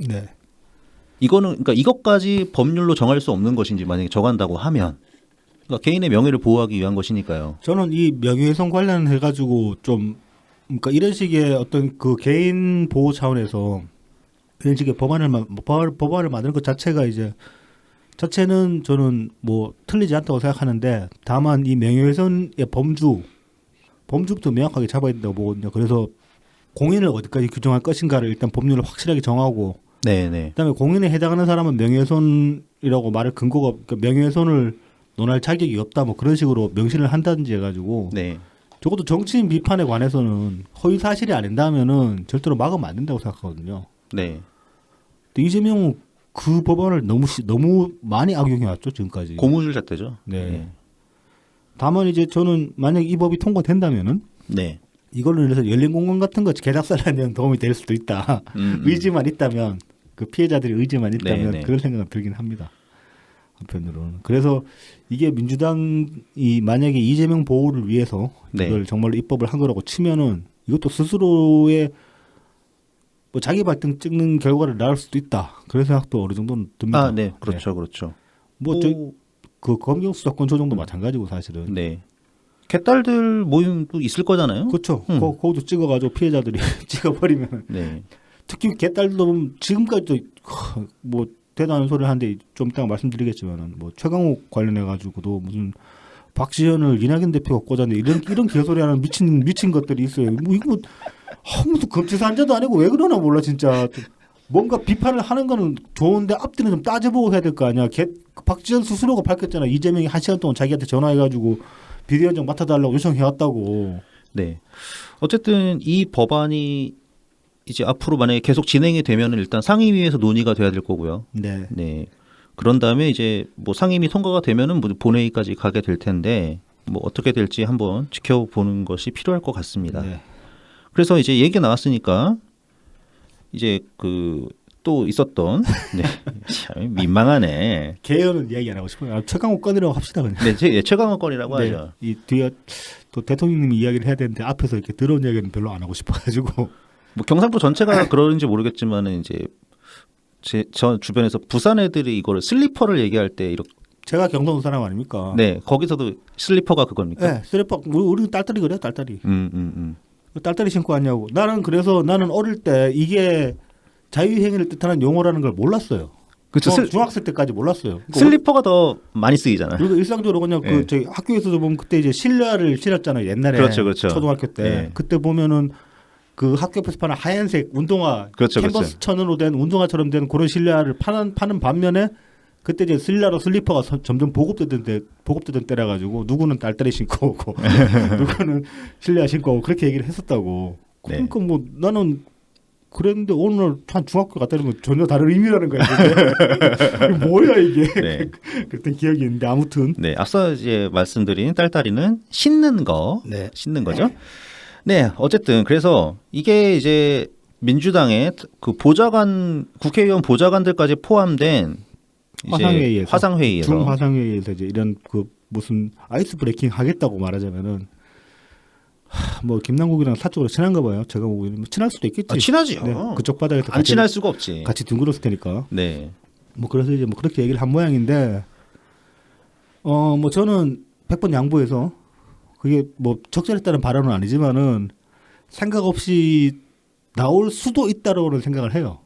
그게 정말로 친한 사이고 지들끼리 맨날 그렇게 둥글고 지낸 사이 같으면은 말하자면 허물없이 지낸 사이 같으면은 그런 소리를 사적으로는 할 수도 있다고 생각해요. 그게 그렇죠. 사적으로 할 수 네, 있죠. 뭐 적절한 건 아니지만은. 네. 근데 이제 다만 그 자리에 보좌관들도 있었고, 그러니까 일단 자기들 둘만 있었던 게 아니잖아. 그럼요. 네. 여러 사람이 있었고, 특히 그 중에 또 여성 보좌관도 있었단 말입니다. 그 네네. 사람들은 뭔 개소리야 싶지 진짜로 황당하지. 그렇죠. 네. 근데 이제 거기에 대고 그러면은 저 같으면은 뭐 제가 만약 처가국이었다면은 그러면은 이미 뱉어버린 말이니까 주워 담을 수는 없잖아요. 그러면 그냥 미안하다고 그 자리에서 바로 사과를 했을 거예요. 내가 그냥 너무 편하게 생각해가지고 잠시 이제 뭐 저기 다른 분들 생각을 못했다고 정말 미안하다고 그러고 이제 그냥 사과를 할 거예요. 나 같으면은. 근데 이거를 가지고 무슨 뭐 딸딸이 아니고 짤짤이네 뭐 그렇게 이제 말을 계속 어떻게 합리화시키려고 하니까 점점 멍청하게 막 바보같이 그렇게 흘러가는 거 아닙니까? 이 담론이.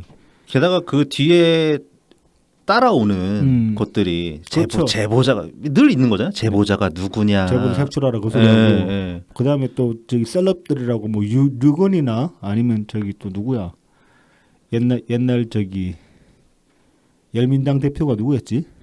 정봉주? 아니야 열민당이었나 아니면 저기 뭐야 더불어시민당? 네, 더시당 대표가 우희종이나 그런 인간 우희종 교수? 보면은 뭐 한다는 소리가 뭐 맨날 머릿속에 뭐 이상한 것만 들어차 있으니까 그게 딸로 보이네 이런 소리를 하고 있고 뭐 그냥 사과하면 됩니다. 이게 정말로 그러니까 그 사람들이 말한 대로 별일 아닐 수 있어요. 근데 최강욱이 진짜로 심각하게 막 성적으로 막 도착 증세를 보인다거나 뭐 온 세상이 섹스로 가득 차 있는 그런 세계관을 가진 사람이 아니고 그냥 가볍게 던진 말일 수 있어요. 그러니까 그냥 할 수 있는 말이에요. 네. 벌어질 수 있는 상황인데 그 자리가 적절하지 못했고 그렇죠. 그다음에 그냥 사과하면은 간단히 넘어갈 수 있는 건데 좀 사과를 진정성 있게 하면은 그렇죠. 정말 미안하다. 내가 그냥 사적으로 그냥 김남국 의원이랑 친해가지고 그러니까 허물없이 지내다 보니까 그런 말이 나와버렸는데 내가 정말 생각이 짧았다고 정말 미안하다고 그렇게 사과를 하면은 거기에 대해 여성 보좌관들이 뭐라고 더 그걸 하겠어요. 최강 뭐 사퇴하라고 그러겠어요? 그러니까 미안하다. 나 네. 마이크 있고 그래가지고 내가 뭐 팟캐스트 나온 줄 알았다. 뭐 그런 식으로 그러니까 뭐 아무튼 수습을 할 수 있는 상황이었단 말입니다. 충분히, 상황 자체가. 충분히 할수 그런데 있죠. 이거를 굳이 합리화시키려고 하고 나는 잘못한 게 없다라고 우기니까 일이 커지는 거예요. 그러니까 잠깐의 쪽팔림으로 끝날 수 있는 것을 네, 정말 키웠죠. 그러니까요. 예. 그러니까 여기 오면서 박지원 비대위원장이 초반에 좀 세게 나왔는데 최경호 의원이 무슨 뭐 오해가 있어서 죄송하다 그런 식으로 좀 대단한 사과를 하고 나니까 이거를 또 무마시키려는 듯한 모양새를 보였어요.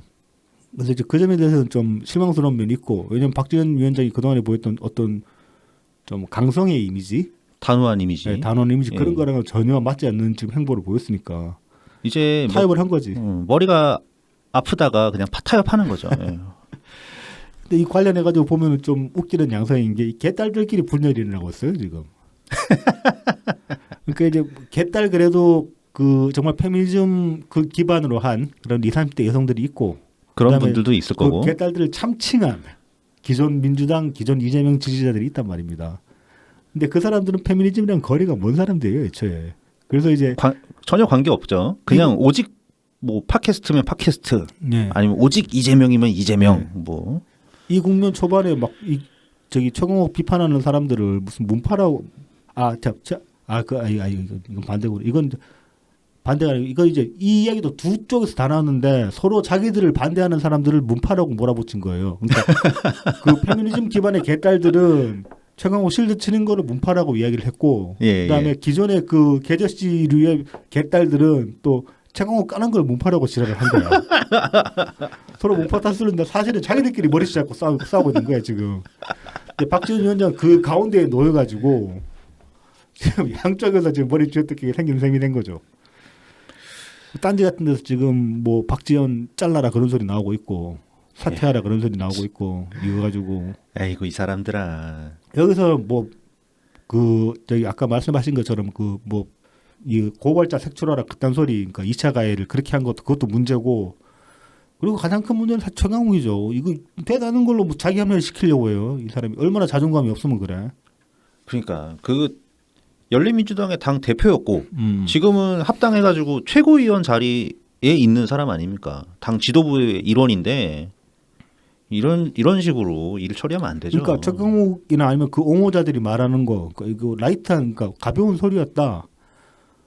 그래 가벼운 소리라고 나도 납득할 수 있다니까 충분히. 그러니까. 그러면 그냥 가벼운 소리인데 내가 그냥 가벼운 소리만큼 내가 너무 가볍게 생각하고 실수를 했다. 사과를 해야지. 미안하다. 그러면 된다고. 그러니까. 그거를 못해 주고도 참 이게 무슨 마인드인지 모르겠는데 왜 사람들한테 숙이면 그게 진다고 생각을 하는 거지? 이 자존감은 대체 뭐라고 설명을 할 것이며 이건 자존감도 아니지. 이건 진짜 참 정말 천박합니다. 저열합니다. 이렇게 한심한 인간들한테 배지 주고 내가 탄압당하고 있어야 되나 싶은 생각도 들고. 아니 뭐 사실상 이겼다며 대선도. 그러면 여유가 있어야지. 그러니까. 승자의 여유는 뭐 1g도 없어. 뭐 계속 이렇게 하세요. 들어오서 이야기 안 하려고 이야기 다 해버렸네. 계속 이렇게 하세요. 네. 그래서 그 다음에 드디어 뭐 막 말들이 많이 나왔었는데 네. 이재명이 개항 을에 출마하게 된 것 같습니다. 그 결국은 돌고 돌아서 처음에 이제 그 송영길 나온다고 했을 때 저희도 말씀드렸던 그 추측이 맞았던 거죠. 네. 우리도 이제 긴가민가 이상하게 흘러갔는데 그랬는데 네, 하는 거야 안 하는 거야 하는 거야 안 하는 거야. 한 바퀴 돌더니 뭐 성남 나오네 마네 그러더니 결국 개항을로 갔다 개항을로 이제 민주당에서 공식적으로 꽂았죠. 네네. 그래서 이제 민주당 고용진 수석 대변인 발표에 의하면 인천 계양을 지역에 이재명 전 지사를 후보자로 의결했다. 네. 그래서 당 지도부가 이 전 지사에게 지방선거 승리를 위해 직접 출마해 줄 것을 요구했고 그것에 대해 이 전 지사도 동의했다. 동시에 이 전 지사가 총괄 상임 선대위원장을 맡는 것도 오늘 비대위가 결정했다. 이 전 지사가 선거에 직접 출마해 진두 지휘하겠다는 의지를 밝혔다. 저는 환영합니다. 환영합니다. 아니 근데 저도 환영을 하는데 환영하는 거랑 별개로 너무 말이 안 되는 소리를 내가지고 너무 속이 뻔히 그거 아닌 거 다 아는데 이런 소리를 하냐 싶어가지고 웃겨가지고. 네, 어쨌든 환영합니다. 이것으로서 드디어 이 2022년 지방선거는 이재명의 선거가 됐습니다. 뭐 이제 그 당내에서 나온 완벽하게. 그 전부터 이제 슬슬 이야기 나온 것들이 보면은 뭐 성남은 험지니까 안전빵이 개항을 흘러가서 이재명이 지역구 선거에는 신경을 크게 쓰지 않아도 되는 상황을 만들어주고 그 상황에서 이재명이 이제 전국을 돌면서 지역 요새를 벌이면은 뭐 지방선거 승리에 기여할 것이다 그렇게 얘기를 했어요. 네, 제발 좀 그렇게 해주시기 바라고요. 근데 이제 뭐 이 말이 나오니까 굳이 이제 옛날 이야기를 꺼낼 수밖에 없는데 2012년 상황을 한번 봅시다. 네, 그때 이제 저는 이때 뭐 추억을 잠깐 추억하자면은 어찌됐건 간에 지금은 대역적인 문성근 덕분에 저는 대통령이면 소주 마셨던 기억이 있는 그 시절인데 네, 이때 이제 당시 문재인 백수님이었죠 거의 야인이셨죠 말하자면 야인에다가 이제 정치권에 막 투신하신 그런 상황이었는데 네, 그래서 네. 대선 전에 총선에 먼저 나오셨단 말입니다 2012년 4월달에 네, 그래서 이제 그 총선 나오시면서 부산 사상구 거기도 민주당 땅이 아니죠 절대. 험지죠. 네, 험지죠. 거기 출마를 하셨고, 근데 사상에 출마해서 거기서만 선거 활동을 하셨냐? 그것도 아니고 경남 전역은 다 커버를 했어요 그때 진짜로. 이렇게 다 지원해서 다니시고 그래가지고 그 당시에 이제 그 18대 때 그랬고 19대 때 좀 더 의미 있는 승리를 거두긴 했지만은 실제로 부산에서 18대 때도 그렇게 해서 이제 어떤 재건의 발판을 마련했다고 해야 되나? 지역적으로 완전히 기울었던 경남권에 대한 18대 때도 문재인 대통령께서 지원 유세 하셨어요? 18대 때가 이거잖아요. 18대가 2008년. 아 그런가? 지금 이번이 21대인가 총선이 이번에 네, 지금이 그러면 이제 19대로 고쳐야겠네. 19대. 그러니까 네. 이 19대가 이제 2012년이죠. 네, 12년 총선. 19대 때 네. 이때만 해도 이때 완전 민주당 개박살 나고 병신에서 민주당 완전 개박살 나가지고 처참하던 시절 아닙니까 말하자면. 그렇죠. 18대 고생 엄청 많이 네. 했죠. 그래서 이제 뭐 말하자면은 영남 벨트를 그때 확보하지는 못했는데 결과적으로 어쨌거나 문재인 당시 이제 후보가 당선이 되고 그런데 지원 유세를 통해서 어떤 재개의 발판을 많이 마련을 했단 말입니다. 근데 중요한 거는 정치적으로는 완전히 신인이었던 분인데 단순히 자기 포텐셜 하나만 가지고 자기 지역구에 연연하지 않고 자기도 출마한 상태에서 홈지에 출마한 상태에서 지역구에 연연하지 않고 어떤 대의를 위해서 그 벨트 하나를 맡아가지고 이제 그 안에서 완전히 다 돌았단 말입니다. 네네. 그러니까 대선 주자가 된 거예요, 말하자면은. 거기서 자기 체급을 키운 거죠. 국힘당은 당시에 이제 한나라당은 그걸 알아보고 일참치 싹을 밟아버리려고 손수조를 내보냈죠. 그렇죠. 카운터 파트너로 이제 정치신인 손수조를 박아가지고 망신을 주려고 했는데 전혀 안 먹혔죠. 체급이 안 줄었죠, 그걸로도. 네. 이게 말하자면 대선 주자의 어떤 그 체급이고 풍모란 말입니다, 말하자면은. 네. 안전한 지역구에 나가서 안전한 지역구에 가서 내 지역구 생각 안 하고 지원 요새를 돌겠다 그게 아니라 내가 홈지에 나가는 것도 명분이 있고 네. 그 홈지에 나가서 다른 홈지에 있는 그 후보들을 돕는 것도 명분이 있다. 그래야만 된다. 그 명분 가지고 움직이는 거랑 지금 이재명이 하는 거랑 너무 한심하죠. 보면 이건 모험을 하는 것도 아니고 헌신을 하는 것도 아니고. 가까운 사례로 보면은 2020년 총선 때도 네. 이낙연 전 대표께서 그 당시는 이제 대표로서 총선을 이제 진두지휘를 했는데 네네. 아니구나. 그때 대표 아니셨지. 대표 아니셨고. 대표는 아닌데 선대위원장을 이제 이해찬이 선대위원장. 맡아달라고 그래서. 네, 그렇죠, 그렇죠. 그래서 종로에 출마를 하셨고, 그렇죠. 거기서 이제 황교익과 맞짱을 뜨는 상태에서 네. 역시 그 여러 지역구를 이렇게 돌아다니시면서 그렇죠. 지원 유세를 하셨죠. 네. 그럼 종로는 뭐 따놓은 당상이냐? 아니죠. 아니죠. 그 정세 19대부터 이제 종로를 먹기 시작했나? 그럴 겁니다. 정세균 총리가 그때 이제 네. 종로에서 오세훈이 이겼던가 그렇죠 그때 한번. 오세훈도 한 번 이기고 그 전에 맨 처음에 그 홍모씨 있어요. 홍사덕인가? 네, 홍사덕. 네, 홍사덕을 먼저 이기면서 네네. 네. 그러니까 그 사람도 이제 그 친박의 대표적인 네네. 주자였잖아요. 네. 그래서 좀 굵직한 이름을 이렇게 딱 네임드 하나 잡고 들어가는 거죠. 예, 잡고 들어가시고 오세훈 한 번 더 잡고 네. 그렇게 된 거였죠. 그러니까 뭐 정세균 총리도 말하자면 그런 식으로 자기 체급을 스스로 입증을 했는데 이재명은 그게 전혀 아닌 거지. 그렇죠, 그렇죠. 또 당에서 그런 쪽으로 다 가라고 등 떠밀고 있는 거고. 그렇죠. 사실은 자기가 정말로 전국구의 어떤 그러니까 대선 주자로서의 풍모를 보이려면은 당에서 등 떠밀더라도 아니다. 뭐 나는 출마를 안 하겠다 아니면은 뭐 홈지에 나가겠다. 그러니까 차라리 분당에 나갔으면 그래도 최소한 명분이 있었어요. 정치적으로 그림이 더 좋죠. 왜냐하면은 정치적 고향 아닙니까? 성남시 분당이니까. 그리고 거기서 이기면은 자기가 그 대장동에서 벌인 일에 대한 뭐 일단 여론의 심판을 받았다. 그렇죠, 그렇죠. 그렇게 말할 명분도 생기는 건데. 그럼요. 그거 다 피하고 안전빵인데 가가지고 그냥 방탄 배지 달겠다는 그 1년만 있다는 거 아닙니까 이거는. 그렇게밖에 해석이 안 되잖아요. 예, 편하게 지원 유세하겠다고? 네. 에이 무슨 뭐. 그리고 이재명이 지원 유세 잘할 것 같지도 않아. 이 사람이 누구를 지원한다는 것 그림 자체가 안 나와. 메타버스 한 번 더 나옵니까? 이와 관련해 가지고 보면은 그 중앙일보 단독 기사인데 5월 4일 날 올라온. 네. 이걸 이제 이재명 그 출마 확정 직전에 이제 나온 기사인데 말하자면은 비이재명계 중진 의원이 이제 인터뷰를 한 거예요. 중앙일보 유튜브 채널에. 그래서 이제 개항을 무공천 무시 송영길 이재명 미락이다 이렇게 이제 제목이 나왔는데 여기서 이제 주로 짚은 게 뭐냐면 그 2021년 그 대선 경선 때 이낙연 대표가 그 지역구를 이제 내려놓으셨잖아요. 네. 의원직 사퇴하시면서 그것 때문에 송영길이 여기 그냥 그 지역구나 비워버린다고 공천 안 한다고 그랬었죠. 사고 지역구로 이제 분류를 해가지고 그러면서 그 당시에 이제 귀책 사유라고 귀책 사유를 얘기를 한 게 당시에 송영길이 말한 거예요. 이게 이제 이낙연 스스로 종로 지역구를 비웠으니 귀책 사유는 민주당에 있다. 그러면서 이제 종로에는 그 공천을 안 했는데 송영길 지역구도 지금 똑같은 상황 아니냐 이거예요. 그러면은 비워놔야지 개항을. 송영길이 스스로 지금 내려놓은 거니까. 네네. 그것도 뜬금없이 인천시장도 아니고 서울시장 나오겠다고 그러면서 내려놓은 거니까 깝지가 안 맞는 소리고 그다음에 이 기사 뒤에 이제 좀 말미에 나온 말이 좀 웃겨가지고 이게 그 질문이 이재명 개항을 출마설에 대한 인천 시민들의 반응은 들어봤나 그러니까 현지 다녀보면 모르겠냐 중도층이 엄청나게 욕하고 있다.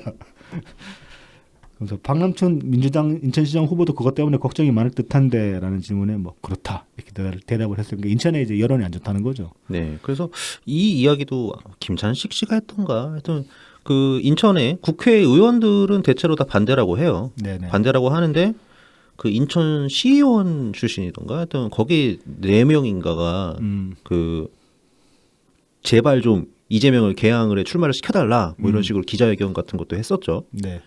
그러니까 이게 당 안에서 이게 찬반이 그러니까 팽팽하기는 한 것 같아요. 지금 이제 뭐 들리는 얘기에 의하면 이제 홍영표 신동근 요 양반들이 또 다 인천 쪽이거든요. 지역구가. 그래서 이 양반들도 지금 반대를 했다고 합니다. 그랬을 것 같죠. 네. 추정 추측으로는. 네. 네. 뭐 달리 없긴 하잖아요. 게다가 중진이니까는 홍영표 의원이 아닐까. 제일 이제 유력한 상황이고. 사실 무엇보다 명분이 안 나와요. 어찌됐건 간에.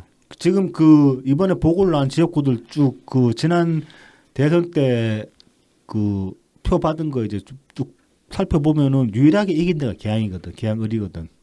이번에 보궐 나온 지역구들 싹 다 보면 나머지는 다 국힘이 다 이겼어요. 아. 그러니까 안전빵일 수밖에 없는 거지 개항이.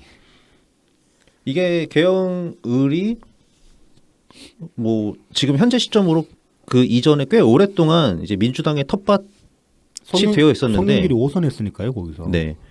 근데 중간에 딱 한 번 네. 거기가 진 적이 있다고 합니다. 네. 그게 이제 송영길이 인천시장으로 출마하면서 재보궐 지역이 됐을 때 그때 후보가 좀 시원찮았나 봐요. 그때 개항을 한 번 빼앗겼는데 이제 보궐에서 빼앗기고 그 다음에 이제 총선 때 다시 되찾은 거죠. 여기가 또 어찌 될지 모릅니다. 안심할 수 없어요. 네. 또 전체 분위기라는 판세 분위기라는 게 있으니까요. 지금 이게 인천이 재미난 게 현직 시장인 박남춘 시장의 시정에 대한 평가는 굉장히 긍정적이에요. 그러니까 과반이 넘게 긍정적으로 평가를 하고 있는데 네. 그런데 이번 지방선거 때 뭐 유정복을 뽑겠냐 박남춘을 뽑겠냐 이런 식의 여론조사에서는 또 유정복이 높단 말이죠. 그러니까 인천 분위기는 굉장히 술렁술렁 막 박빙에 흔들리는 지금 상황인 것 같아요. 네. 그래서 이재명이 개항을에 온다고 해서 과연 계획대로 그렇게 안심할 수 있는 따놓은 당상의 그런 자리일까? 그거 역시 까봐야 알지 않을까 싶습니다. 어쨌든 국민의힘에서는 지금 뭐 벌써 열심히 공격하고 있어요. 예, 뭐 거저 먹으려 온다. 막 유정복 인천시장 후보부터 시작해가지고 네. 이제 공격을 하고 있는 그런 상황입니다. 두고 봐야겠죠. 낙서로도 열심히 할 수 있으면 해야겠다. 네. 그리고 이제 어제 5월 6일이었습니다. 네. 문재인 정부 5년 다큐 네. 특별편 마지막 편이죠. 네. 그래서 문재인의 진심이라는 제목으로 다들 보셨을 거라고 생각하고 네. 그래서 내용은 그냥 패스하겠습니다. 어차피 안 보셨더라도 설마 설령 이제 어제 그 실시간을 안 보셨더라도 보실 거니까 이 내용 자체는 뭐 그렇게 뭐 따로 요약하거나 그러진 않겠습니다. 다음은 이제 뭐 마지막에 대통령이 하신 말씀 이것만 다시 한번 되새겨 보도록 하겠습니다. 아 지난주에도 이렇게 참 대통령님 말씀을 읽을 때 네. 약간 좀 감정이 움직이더라고요. 그래서 힘들었는데 이거는 좀 조금 더 그러지 않을까 네. 싶긴 합니다. 하지만 뭐 힘내서 한번 읽어보겠습니다. 국민 여러분, 5년의 임기를 마치고 국민의 한 사람으로 돌아갑니다. 한순간도 긴장을 놓을 수 없는 나날이었습니다. 그때마다 도리어 벅찬 순간을 만났습니다. 평화올림픽을 만들어낸 평창에서, 숨가쁘게 돌아가는 방역 현장에서 우리 국민들은 언제나 깨어 있었습니다. 결코 포기하지 않는 끈기와 할 수 있다는 자신감과 열정이 제게도 자신감과 용기를 주었습니다. 지난 5년의 시간도 가치 있는 축적의 시간이었습니다. 성취를 이룬 것이든 부족했던 것이든 있는 그대로 전진을 위한 경험으로 기억되길 바랍니다. 국민 여러분, 그동안 동행해 주셔서 정말 고마웠습니다. 이제 홀가분하게 제자리로 돌아갑니다. 그동안 받았던 많은 사랑과 고마움을 잊지 않겠습니다. 국민들과 함께 이뤄낸 많은 일을 기억하며 대한민국의 새로운 시작을 마음으로 응원하겠습니다. 함께 나이 드는 아내와 함께 원래 있었던 남쪽 시골로 돌아가 노을처럼 잘 살아보겠습니다. 네, 이게 뭐 그 9일날 이제 마지막 퇴근길 나오시면서도 뭐 말씀을 해주실 거고 또 10일날 내려가시면서도 이런저런 말씀을 하시겠지만은 모두에게 전하는 마지막 말씀이겠죠. 이게 국민 모두에게 전하는. 네. 뭐 지난 5년간 어땠는지 한번 우리끼리 한번 얘기를 좀 해봅시다. 그래서 마지막으로 대통령님 임기 5년 동안 어떠셨어요? 노심초사하는 일들도 많았었고, 네. 네, 그럴 만한 이벤트들, 큰 이벤트들도 많이 있었죠. 그래서 대통령 어저께 다큐 보면서도 이제 그런 장면들이 막 지난 대선 기간 동안 또 잊고 있었다가 또 생각이 나더라고요. 뭐 저 같은 경우는 이제 뭐 2017년부터 돌아보자면은 17년 당선 때 네. 그때 뭐 사실 그 당시 선거가 어려운 선거도 아니었고 네네. 사실 뭐 당선됐거라는 사실을 의심해보면 한치의 의심도 없었지만 진짜로 확실하게 당선되라고 생각을 했지만은 막상 당선 이제 확정되고 나니까 그때부터 되게 좀 아이러니하게도 믿을 수가 없는 거예요. 그 상황을. 저는 그래서 막 한동안 TV 틀면 이제 TV는 없긴 하지만 어디 뭐 식당 같은 데 가가지고 TV를 본다거나 아니면 뭐 유튜브 같은 데 보면은 대통령 문재인 대통령 이렇게 나오는데 그 말 자체를 믿을 수가 없는 거예요. 너무 좋아서. 뭐 제가 좋아하는 노래 중에 외국 노래 중에 제목이 이제 투구 투비투라는 노래가 있어요. 투구 투비투로 이제 뭐 의역하자면은 뭐 뭐라고 해야 되나? 너무 좋아 그거 뭐 투구 투비투로는 의역하자면 뭐 꿈이냐 생신이야 이 정도 되겠죠. 그 노래 제목이 계속 생각이 났어요. 난 그 당시 상황을 떠올리면서. 그러니까 뭐 딴 거 떠나가지고 그냥 그 당선되고 우리나라 대통령이 문재인이다. 그 사실 하나만으로 너무 좋았어요. 2017년 그 당선되고 나서 그 마음이 한 1년은 갔던 것 같아요, 진짜로.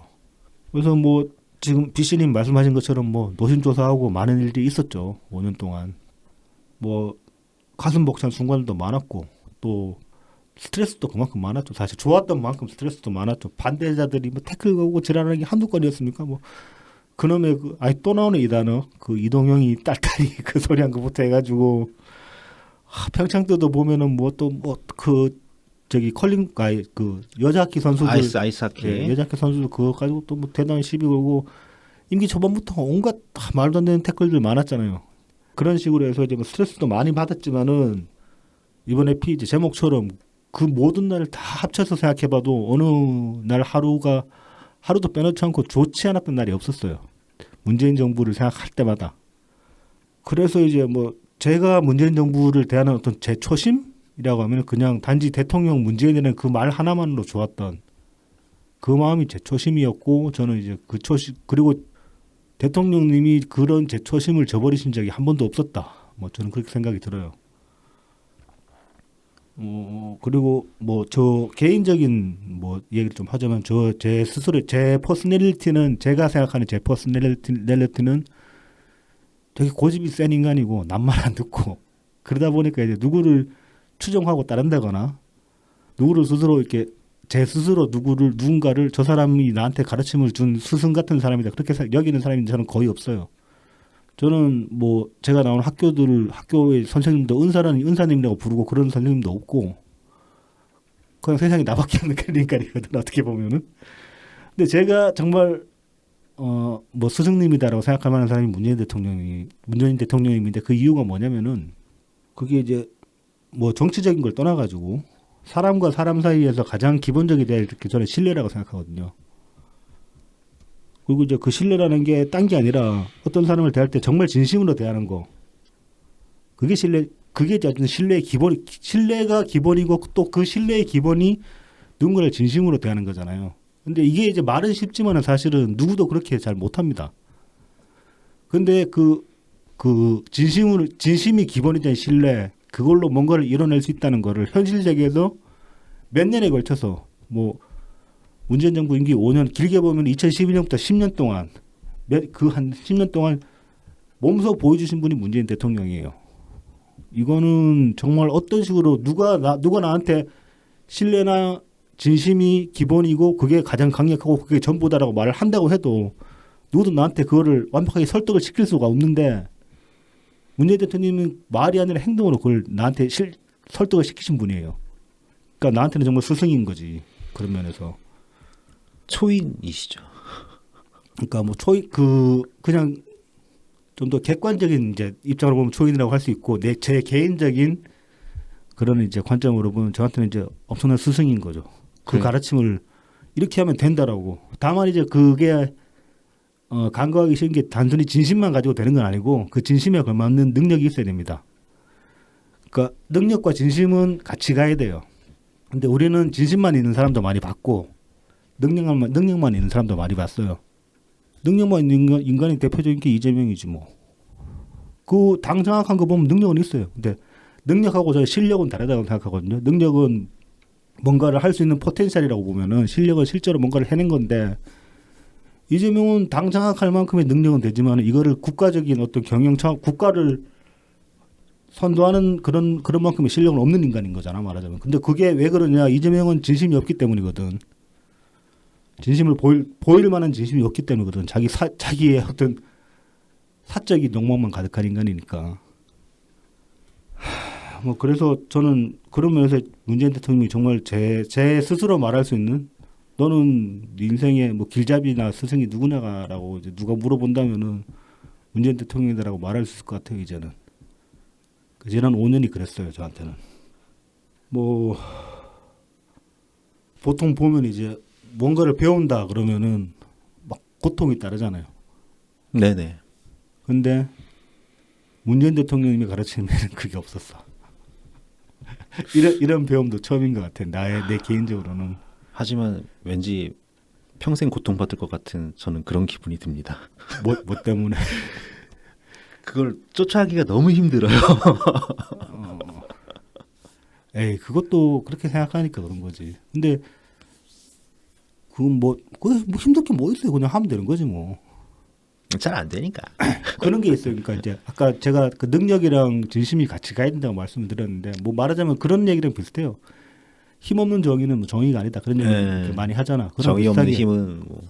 능력 없는 진심도 그건 진심이 못 되는 거야. 그러니까 내 진심을 관철시키고 싶으면 내 진심을 누군가한테 이제 정말 전달하고 싶으면은 내가 그만한 능력을 만들어야 돼요. 그러니까 진심을 관철시키려고 하면은 내 능력을 개발을 해야 되니까 이건 시너지가 나는 거지 말하자면. 그렇죠, 그렇죠. 근데 대부분의 사람들은 그 능력을 개발하는 과정에서 진심을 잃어버리게 돼요. 그래서 능력만 있고 진심이 없는 사람들이 생겨나는 거지. 근데 문재인 대통령은 그게 아니었고 그렇게 하는 게 정말 센 거라는 걸 보여주셨기 때문에 정말 세고 싶은 사람이 되고 싶으면은 그 길을 따라가려고 노력을 해야지. 뭐 그럴 수밖에 없죠. 그럴 수밖에 없는 거고. 뭐 그리고 저는 노무현 대통령님을 찍었고 선거 때 그때 정말 열렬히 저도 제 나름대로 선거운동을 했었고 그렇게 당선시킨 사람이지만은 저는 노무현 대통령 지지자라고 말을 할 수는 없어요. 임기 동안 노무현 대통령님을 뭐 의심한 적도 있었고 나름대로 실망한 적도 있었고 그다음에 반대의 목소리에 같이 힘을 실었던 적도 있었기 때문에 저는 지지자라고 말할 수는 없습니다. 근데 이제 그 뒤에 이제 깨닫게 된 거죠. 뭐 지지한다는 게 어떤 의미인 건지. 말하자면 지지라는 거는 내가 누군가를 지지한다고 말하는 거는 내 스스로 그 사람한테 드리는 약속이에요. 그래서 지지라는 말을 저는 이렇게 가볍게 해서는 안 된다고 생각하거든요. 그 지지라는 거는 대상을 이해한 만큼 세상 모두가 그 대상한테 등을 돌릴 때도 끝까지 믿어주는 게 저는 지지라고 생각하거든요. 그래서 욕 먹을 일 있으면 그야말로 같이 먹고 뭐 비 같이 받을 일 있으면 같이 맞는 거 같이 맞을 수밖에 없게 되는 거 그게 저는 지지라고 생각하거든요. 그래서 이제 그런 면에서 보면 저는 노무현 대통령님의 지지자는 못됐지만은 문재인 대통령의 지지자는 될 수 있을 것 같아요. 그리고 이제 이런 지지라는 거를 잘 되새기고 계속 기억을 하고 그렇게 행동하려고 해야지 언젠가 또다시 문재인 대통령 같은 그런 지도자를 만날 수 있게 되지 않을까 그런 생각을 합니다. 그 정도의 어떤 포텐셜이 있는 분이 없지는 않지만은 뭐 그분을 따랐던 사람들 중에도 보면 그 지지자로서의 어떤 제가 생각하는 지지자로서의 어떤 그런 그 무거움을 지니지 못한 분들 좀 있어 보여가지고 아쉬운 면이 있어요. 그 점에서는. 뭐 그래서 마지막으로 드리고 싶은 말씀은 이제 정말 좋아하시는 일들 하시면서 행복하셨으면 좋겠어요, 대통령님. 어저께 그 다큐 보면서 참 2017년부터 이제 최근까지 네. 그리고 그 인터뷰를 하시는 그거는 지금 바로 지금의 모습이죠. 대통령님의 지금의 모습을 보면서 가슴 아프더라고요. 그 나이 드시고 이제 힘들어지신 모습이 그렇다는 거죠. 그러니까 그 예전에 문준용 씨도 한번 말씀하셨지만 그 대통령님 얼굴 보면서 많이 피곤하신 것 같다. 아버지는 피곤하시면 얼굴이 원래 좀 부으신다. 근데 지금 아직도 좀 얼굴이 많이 부어 계시더라고요. 네. 2017년도 엄청 힘드셨을 거거든요. 근데 2017년에는 얼굴이 지금보다 샤프하셨죠. 샤프하시고 그러니까 그때도 근데 힘드셨을 거예요. 대선 그 운동하시고 예, 선거 뛰시면서 그것도 보통 일이 아니셨을 텐데 국정 운영은 그만큼 더 힘든 일이었다는 거죠. 뭐 이제 퇴임하시고 나면은 좋아지실 겁니다. 다시. 예, 저도 그렇게 이제 뭐 할 일이 굳이 있다면은 그 자꾸 와서 그 태클 거고 시비 거는 이상한 인간들이 있어 보이는데 그 최대한 우리 스스로 그 뭐 온라인이든 아니면 오프라인에서 뭐 물리적 충돌은 있으면 안 되겠지만은 여론전을 하든 간에 그런 사람들을 어떻게 그 쳐낼 수 있을 만큼 쳐내는 게 그게 우리 또 역할이겠죠. 말하자면은. 네. 대통령님께서 5년간 아니면은 10년간 애써주셨던 것만큼 네, 거기에 조금이라도 뭐 좀 보답하고 싶습니다. 보답도 보답이고 저는 그 가르침을 따르고 싶습니다. 네. 자, 그러면 뭐 네. 이제 그 방송하고 나면 다음 날이 퇴임식일 텐데 아마도 그 퇴임하시는 날일 텐데 저희는 아마 양산에 가 있을 것 같습니다. 네. 뭐 청취자분들도 각자 계신 곳에서 아니면 뭐 양산으로 오실 분들도 있을 것이고 아니면 서울로 오실 분들도 있을 것이고 각자 그 시간에 그 자리에 계신 곳에서 이제 마지막으로 고향으로 돌아가신 대통령님 잘 배웅해 주셨으면 좋겠습니다. 네. 이거를 마지막으로 문재인 정부의 마지막 주말에 녹음하는 라이브 TV 이것으로 마치겠습니다. 네. 다음 주에 다시 찾아뵙겠습니다. 감사합니다. 감사합니다.